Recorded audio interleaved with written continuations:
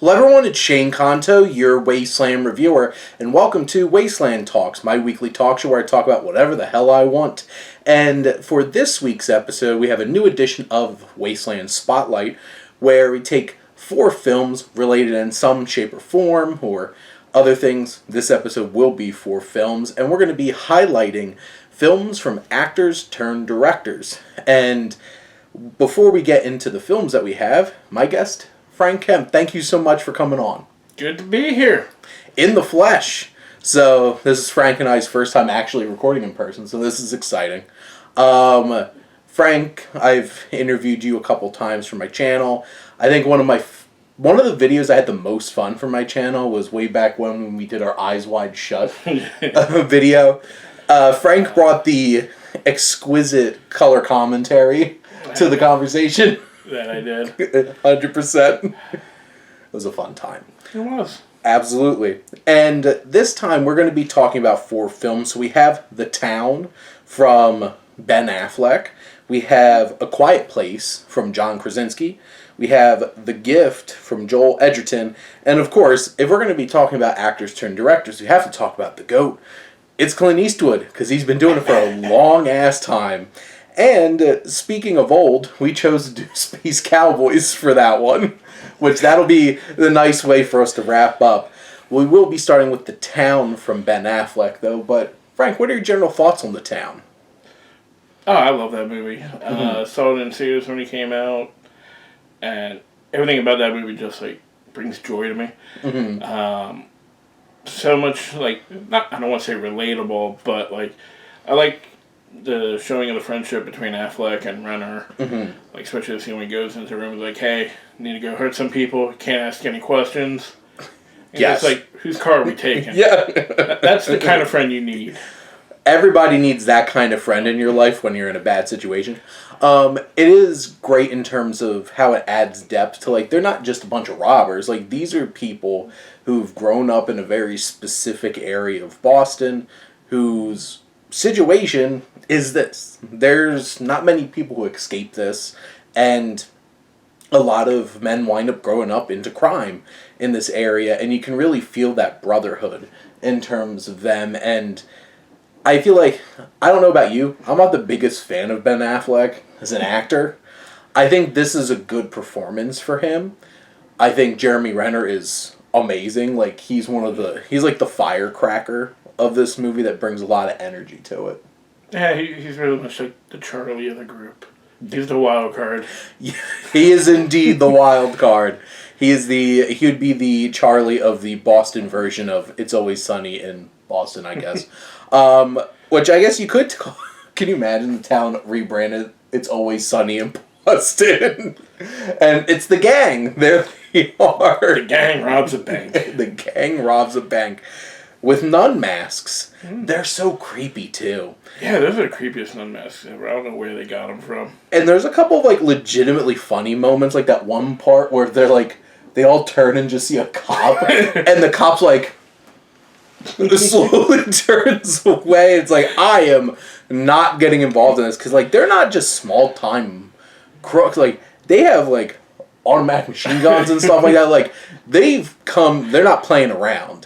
And they're well supplied. You had Pete Postlewaite, which this is one of his last films before he died, playing the guy who runs a flower shop, who of course runs a flower shop, which is totally a front for his criminal enterprise.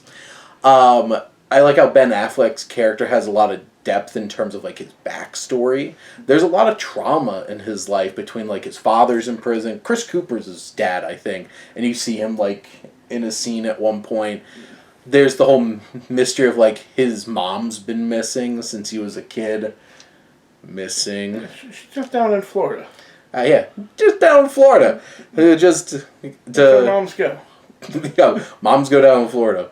And you have this interesting dynamic that develops between Ben Affleck and Rebecca Hall. I think this was one of the first times I really saw Rebecca Hall in something, and I was really impressed by the performance that she had. And I feel like they have it's out of context. It's this is kind of a nice romantic building of a connection, but then there's that underneath layer of dudes keeping an eye on her, and she was a victim of their robbery, and it's that kind of thing where it's just like, this movie's complicated. There's a lot of moral gray areas that this film has to navigate through. And to me, I really enjoy like the extended version of it. Yep. It's one of my favorite director cuts, and I think it fills out a lot more with a lot of the dynamics. Yep. I really should have rewatched this one. It's all good. And you like John Hamm for how many times he's played like this kind of character, some kind of government agent, and like he's just a dick. He's just very much like, I'm here to do my job no matter what.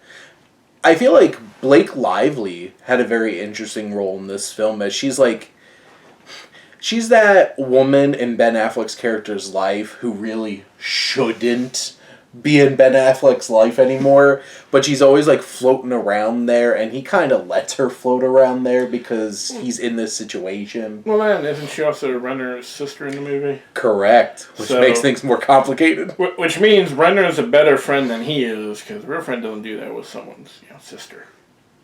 Just saying. And honestly, he's kind of encouraging it. It's like, you don't hurt my sister. It's like, I don't want anything to do with your sister. And you got a kid. Well, kind of have to. It's one of those kinds of dynamics, and that's what makes this film a lot more interesting than just a bank robbery movie and a heist film. Is like, there's a lot of interesting character dynamics. And then you get to the actual heist, and they're intense. Like, Ben Affleck really knows how to direct tension. They're thrilling, they're impactful. You could definitely tell he definitely had some influence from, like, something like Heat, in terms of, like, Michael Mann, in terms of that intensity of them. And, like, it's great set pieces, too. Like, the whole climax of this is in Fenway Park. So it's, like, that's an interesting, cool way of really incorporating Boston. Because, like, you couldn't go to have a movie in Boston without going to a Sox game. And, I think Affleck might be partial to Boston for some reason. For some reason. I don't know why, but I think he might possibly be partial to Boston. And between this and Gone Baby Gone and Argo, it's like Ben Affleck looked like he was soaring there in terms of directing. I know Fly By Night kind of... Was it Fly By Night or Day By Night? Something by Night. It was Something by Night. But we don't talk about that one. Which was Bomb by Night, because it didn't make a whole lot of money and not a lot of people liked it. And then, he was supposed to direct a Batman movie, and that's part of the greater context of how messed up the DCEU was and what a hot mess it was. But, like, somewhere in there, it's like, I'll be interested to see him, like, getting back to the director's chair. Because I'm trying to actually see real quick if he has anything. It says, so he did... I completely forgot. He did Air, which I feel like kind of got things back on track. That was a good movie, though. And he did that Dunkin' Donuts commercial for the Super Bowl. Hey, that was great. And awkward now that his ex-wife is in it. Yep, awkward turtle. But, like... Air actually was a lot of fun, so... Affleck was just having fun with that role. Oh my god, him in his tracksuits and stuff. I hope he still rocks that tracksuit every morning. I hope he owns that tracksuit. I hope, that's how he actually, walks around. That's how he showed up to set. He's like, alright, where's wardrobe? I don't need wardrobe today, bud. It's like... He's basically doing Jeff Bridges and Big Lebowski, just wearing his own clothes. He even had his own perm. So there you go. But no, in summation, I really think The Town is a really intense, really well-made heist crime thriller that takes the time to really add some complexities in terms of character dynamics and themes. Because, a lot of these films, whether it's Good Will Hunting or this, that take place in, this kind of area of Boston, it's there's not a whole lot of options for the men growing up in this area, and this is really showing the product of where a lot of them wind up being, whether they're dead, still being criminals in Boston, or make it to Florida, apparently. So, also, I don't know how they're successful in that town, because everyone knows who they are and what they're doing. I think worst kept secret ever. I think it's also one of those things where it's just nobody talks. It's just their neighbors are So, sipping coffee, it's like, how was the bank heist yesterday? I don't know about you, but if I was his neighbor and like an HOA rolled up on me about my grass being too tall, I'd be like, yo, I got some info on those robbers if you look the other way. That, or you talk to the criminals that you know and be like, I'm having an HOA problem. So, either way, got some kind of connections there.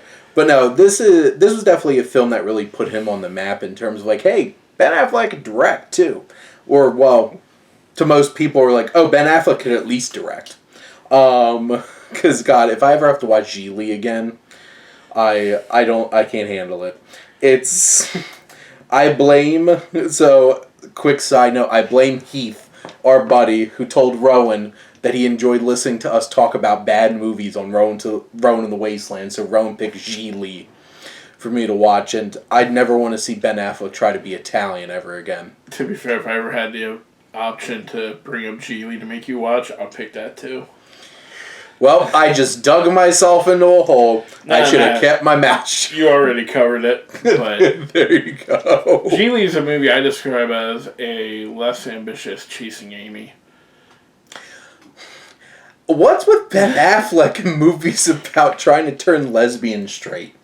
He thinks he's got a gift. He doesn't. That's why they're filmed. This is why these are fiction. Sorry, Ben Affleck.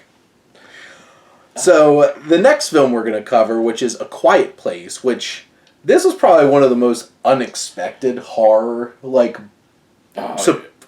surprises of recent, like the 10 years, where it's like, you have Jim from The Office is like, I'm going to make a horror movie, and people are going to like it. And they did. And this film focuses on a family in a post-apocalyptic world where aliens came down and invaded and massacred humanity. And they can hear things, but they can't see things. So, what do you have to do, Frank? Shh. Gotta stay quiet. Except for the guy that obviously had a sinus infection when I saw this in theaters, who was just like... The whole entire movie, I thought my buddy John was going to go strangle him at some point during the movie. But no, so this is directed by John Krasinski, starring himself and his wife, Emily Blunt, and Millicent Simmons and Noah Jupe, who play their two children. And Frank, what are your general thoughts on A Quiet Place? Quiet Place was a movie for me that kind of came out of nowhere. Mm-hmm. I was excited to watch it because of John Krasinski directing. And it was nice seeing him after The Office kind of stretch his legs a bit. Like, before that, he was in 13 Hours. Yep. And I'd like to think that was like a little Office mini reunion because you both had him and Pam's ex-fiance. Oh, yeah. It did, didn't it? That's how they really settled what happened there. Went off to Afghanistan. Yep. But, yeah, I loved it. I saw it in theaters opening weekend. Yep. And... I'm a big guy. Mm-hmm. Got my tub of popcorn, giant soda. Mm-hmm. Movie ended, still full popcorn, mostly full soda.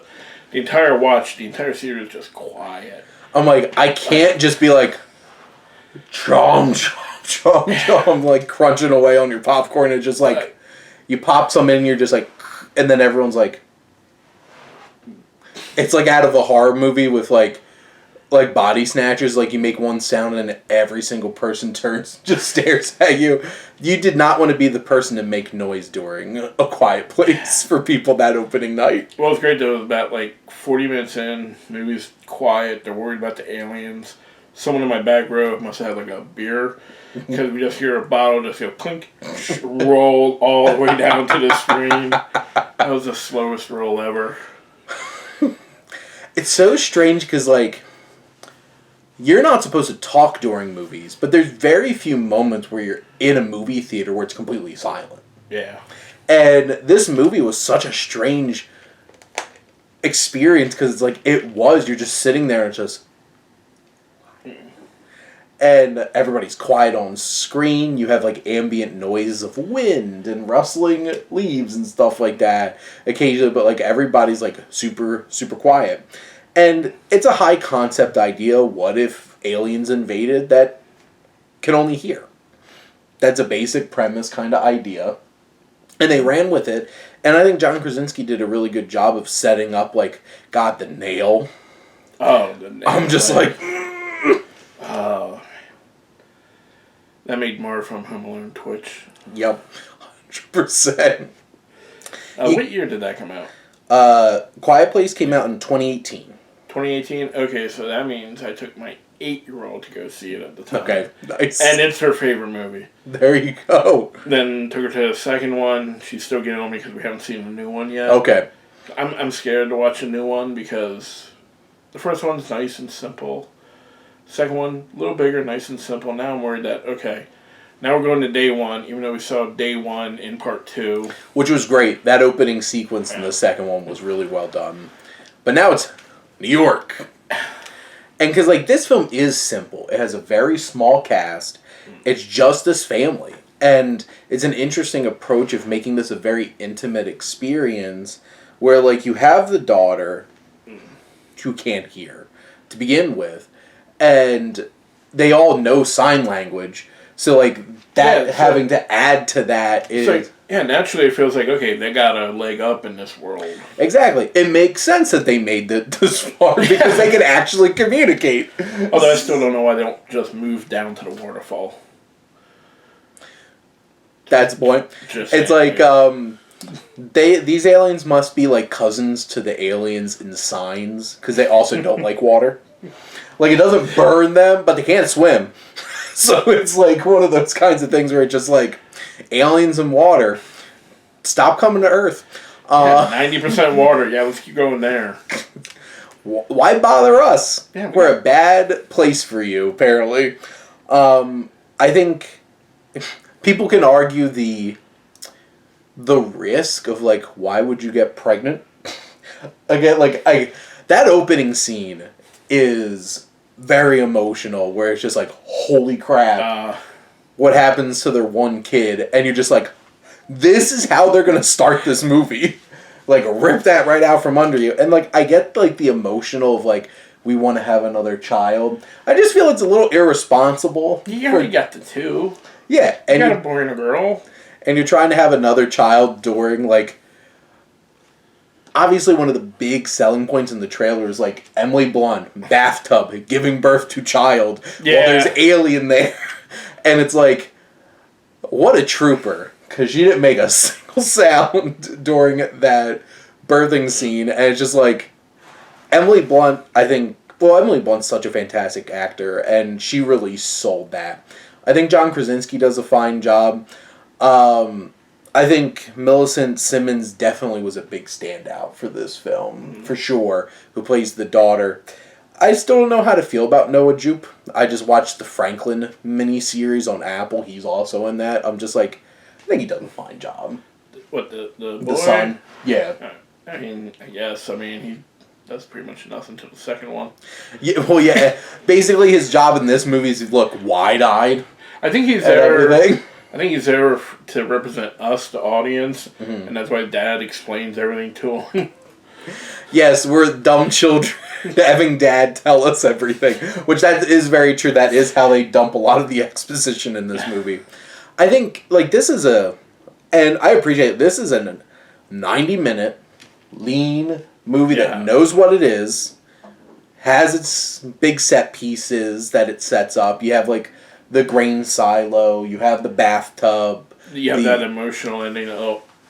Yep. Yeah.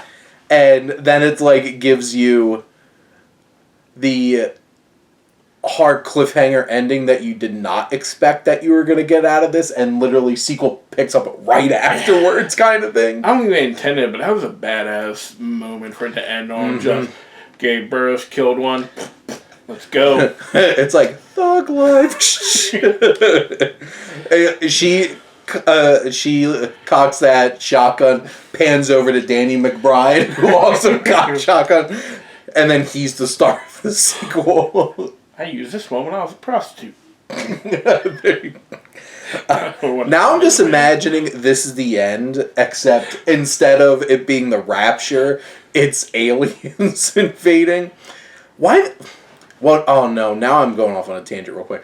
Why did they not think of coming up with a franchise of spin-offs where they just put Seth Rogen, Jonah Hill, all of them into genre pictures, just randomly dropping them in crazy situations. Could have made bank. We all would have saw it. Yeah, we would have. But, oh God. Sorry, Quiet Place, as much as I enjoy the sequel, it gets a little long in the tooth a little bit. And it's okay, it's just more the same. And honestly, that was probably one of my biggest gripes about the new one is, how far can you really, stretch this out?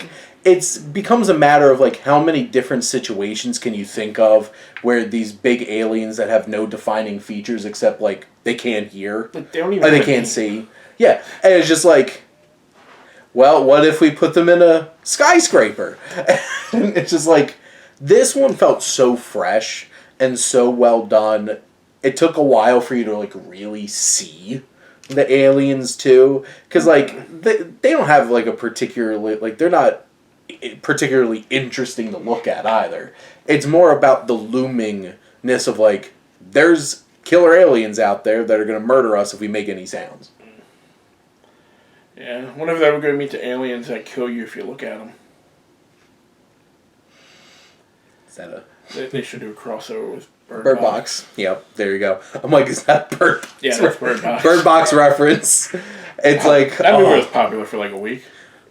Yeah, it probably could have been popular for longer if it wasn't on Netflix. Because that's how Netflix works. Everybody loves something for a week and then on to the next thing. But no, now I'm just imagining... Well, we got a sequel to that too, didn't we? We did. I forgot about that. Yeah. That one... You didn't even think about that after 2 hours. Yeah. But it's what Quiet Place is doing now. Just same thing, different city. Yeah. So... Except they're out there making money. Because Quiet Place Day One's still making some good money. I bet you the next one is going to be Quiet Place in Vegas. I could... Oh my god, that would be nuts. Now I'm just picturing Showgirls and there's a boxing match that weekend. Slot machines always going on. Yep. Crazy. Call me Netflix. There, yeah. Frank knows all about casinos. He can tell you all about authenticity to your experience. There you go. So, our next one we're going to talk about, which this is probably the least famous, I'm assuming, of these three. But, I think for those who saw this were, really impressed by Joel Edgerton's The Gift. This actually was one of my most interesting diner movie discussions. Because... My one friend hates this movie. My one friend thinks this is an amazing movie, and I hadn't watched it yet. Okay. So I'm just sitting there listening to the two of them talk about it, and then I saw it, and I do land on the side of, I really like this movie. But it was a very interesting conversation. But Frank, what are your general thoughts on The Gift? Alright, was I the one that suggested The Gift? Yes. Okay, yeah, that's something I would do. Because I saw it once, and then I forgot about 90% of it. But when we were coming up with it, I just did a quick Google of actors and directors, and that popped up. And I went, okay, great, I know what I'm talking about here. It is a difficult movie for me to like when you just think about the ending. And... the movie is 8 years old. I'm spoiling it. Yeah. Jason Bateman is on the floor of the hospital after the kid he used to bully in high school sent him a video that hinted that maybe he raped and impregnated his wife. Maybe he did. Maybe he didn't. Who knows? And now he's left there do I tell the wife or do I not tell the wife? What a gift. Yeah. What a gift. Yeah. If you wonder what the gift is. That movie takes on a roller coaster of, alright, yeah, I'm rooting for Jason Bateman and the family because that's the main lead. He did what to this guy? And to be fair, what he did doesn't equate to drugging and raping a woman. No. He lied and said he saw him getting molested by a guy, in which all he had to say is, that's not true. And also, Ed Joe and his dad beat him over it. Mm-hmm. But again, no one got arrested because no one did it. This is...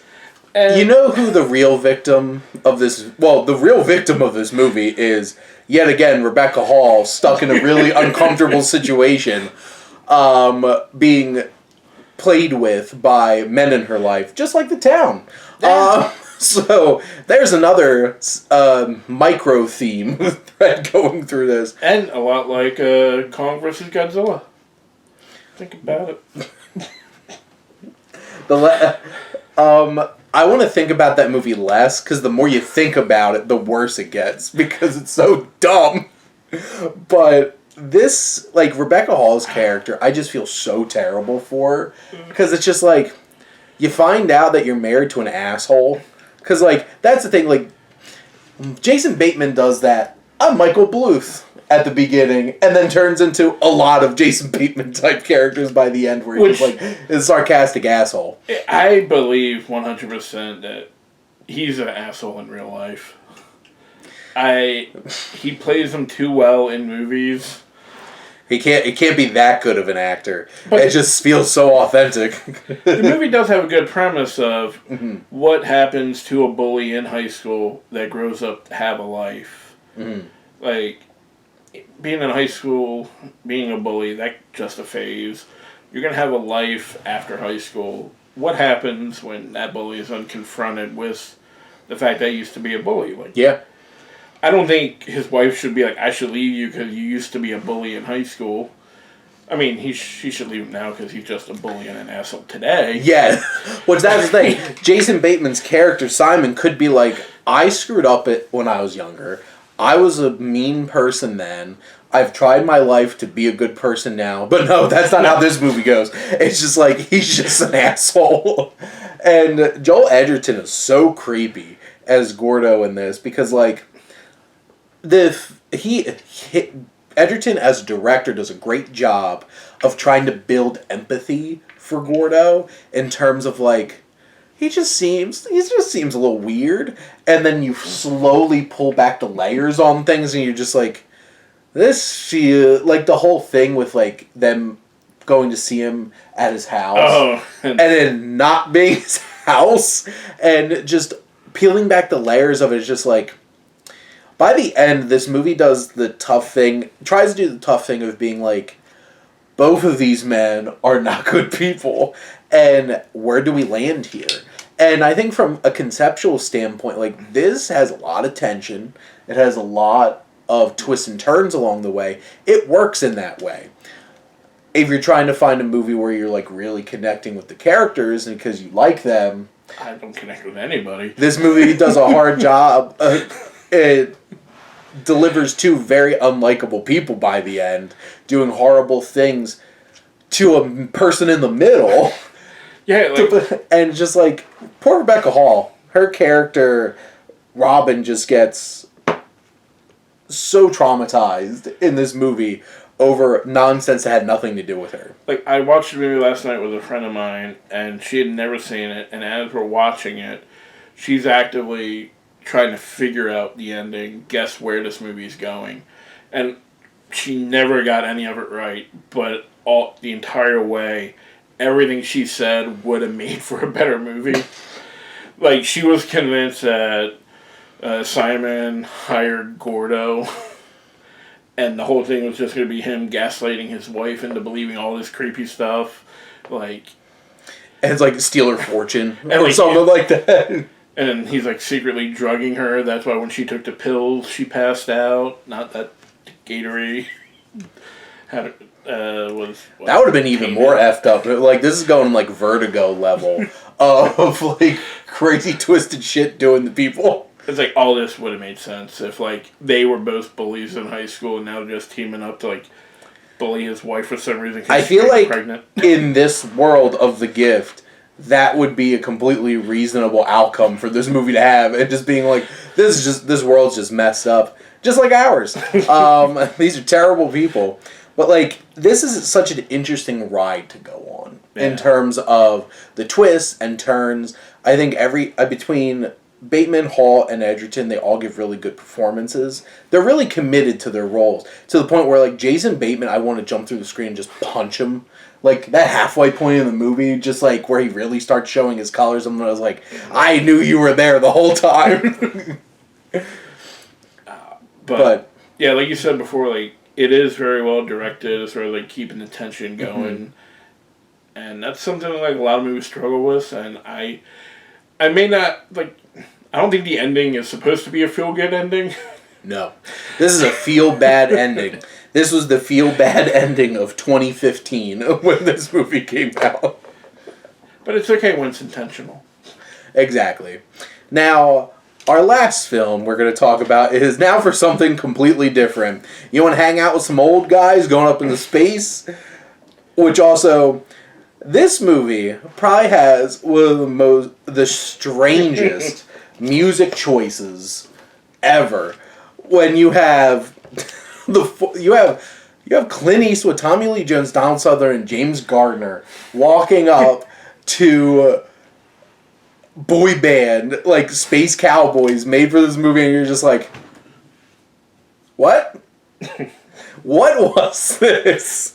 Which this movie is about 4 retired members of, I think, the Air Force. And because reasons, there's a satellite that has technology on it that they're the only people left who know the technology. Because no one on Earth studies older programming languages. Because, like, they didn't... So, who wrote this? None of these can set the time on their VCR, but we gotta set them up there. Because the satellite might fall to Earth? So Ken Kaufman and Howard Costner watched Armageddon and realized that, well, if they can justify the only way to save the world is sending a bunch of untrained drillers up into space to an asteroid, we can send a bunch of geriatric engineers up into space to save us from a Soviet satellite. And on the DVD commentary, Tommy Lee Jones talks about how he told Clint Eastwood, wouldn't it be easier to just train astronauts the new code? And Eastwood just told him, shut the fuck up. And that's exactly what the movie tells us to do. Because if you don't buy into that, then this movie's not going to be entertaining. Because you're just like, this means nothing. This is all dumb. But Space Cowboys is one of my all-time favorite movies, in which everything about it on paper screams... This was a fake movie inside a real movie. But they decided to go ahead and make it. And what I have to say about this is... Actually, this has a lot in common with Armageddon. The first half of this movie is so much more fun than when this movie decides to get serious. Gotta get the band back together. That's the thing, like, similar to Armageddon, where that movie is so much fun watching all of them go through, like, the training and everything. This, watching a bunch of old men do the same thing, is a lot of fun. And then it gets super serious when they get up in the space, and it's just like, the tone of this movie has completely changed, and then it's like, now it's like, this is gonna, like, kill people. And it's just like, what? So, it gets ridiculous in the third act, and gets overly dramatic. You must watch it. But, this movie is so much fun, because Clint Eastwood, Tommy Lee Jones, Donald Sutherland, and James Gardner are having such a ball. Like, I have so much fun watching them have fun. Like, the whole thing where it's like, first off, how old was Clint Eastwood here? Probably... Well, he's 94 now, so he was probably 70 around then. He's still in insane shape for a 70-year-old. And, like, you have Tommy Lee Jones. Like, James Gardner's definitely not in shape. Donald Sutherland looks like he doesn't care to stay in shape and is just having fun. But Clint Eastwood looks like that's an old guy that still probably works out and stuff like that. And watching them try to run is hilarious. They're back and forth between the Ensure and, like, the baby formula with the younger astronauts. Hilarious. Them doing the eye test and them doing that.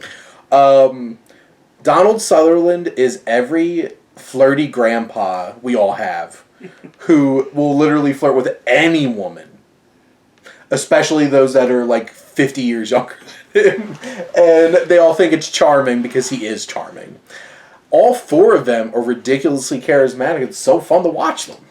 Like, this is the one movie where if you look at Clint Eastwood, like, all his work is like a body of work. Yeah. This is the movie that stands out where people be like, that one's not, he didn't do that. This isn't real. Yeah, like, this is not real. And yeah, it's such a... And this is like... This movie came out in 2000. This movie does not scream 2000 in terms of movies come out. But like, it has such a great cast, too, along with... You have James Cromwell. Such an asshole. Like, you just hate Bob from the second you meet him. And he's really... He's like the less murderous character he plays in LA Confidential. He's just like that asshole that wants to get involved. Marcia Gay Harden's like the much younger woman in the situation that's charmed by these older men. Willem Devane, who's so like trying to shut all this nonsense down, is just like, we're not sending a bunch of geriatrics up into space. But like, this is just such a fun movie. But yeah, this is... I'm trying to think if this is up there with one other movie that I feel like is the weirdest Clint Eastwood directed movie, and that's Jersey Boys. Like, Clint Eastwood directed a movie about geriatric astronauts and also directed a non-musical version of the musical Jersey Boys about Frankie Valli and the Four Seasons. Clint has had an interesting career, and we're about to get his last film, supposedly. Jury number 2 coming out. 2? I think that's the number. Mm-hmm. It has to be 1 to 12. One of them. But this movie's just fun for at least 2/3 of it before it decides to get like super serious out of nowhere. But it's a fun time. I love, and the actors are incredible. You have 4 of the most charismatic older actors they could have got to throw into this movie. Like, it is one of my favorite, what I call, like, geriatric movies. Because once a year, there's always one geriatric movie to come out to get all the old people into the movie theaters. And this is one, like, I highly enjoyed. And this is probably one of the bigger budgeted kinds of, like, movies like this. Like, this, they went to space. Like, they went there. Like, young people loved Armageddon. Old people love old people. In space. Let's just... throw the money at it. This was Armageddon for the 65 to deceased demo of moviegoers, 65 plus senior citizens demo, and like they legitimately went there though. Like when it went dramatic, like there's some thrilling elements because like Clint Eastwood can direct really great tension, even if the movies aren't the greatest. Some of his films still like pack some of that intensity. I think American Sniper, I think, is a really overly simplistic version of that story, but it has a lot of tension. And they do a good job of like building up the climax of this movie. It just feels so tonally completely out of left field, where like this was supposed to be like a joke of an assignment, and then turns into like, this might destroy the whole world. I'm like, wait, what? Kind of thing. Yeah, let's see. It made $130 million worldwide off of a $65 million budget. That probably made money. Yeah. Looking at budget, marketing, stuff like that. But yeah, interesting. I think Clint Eastwood did it just to probably do something different. Yeah. And I am ready for him to retire now.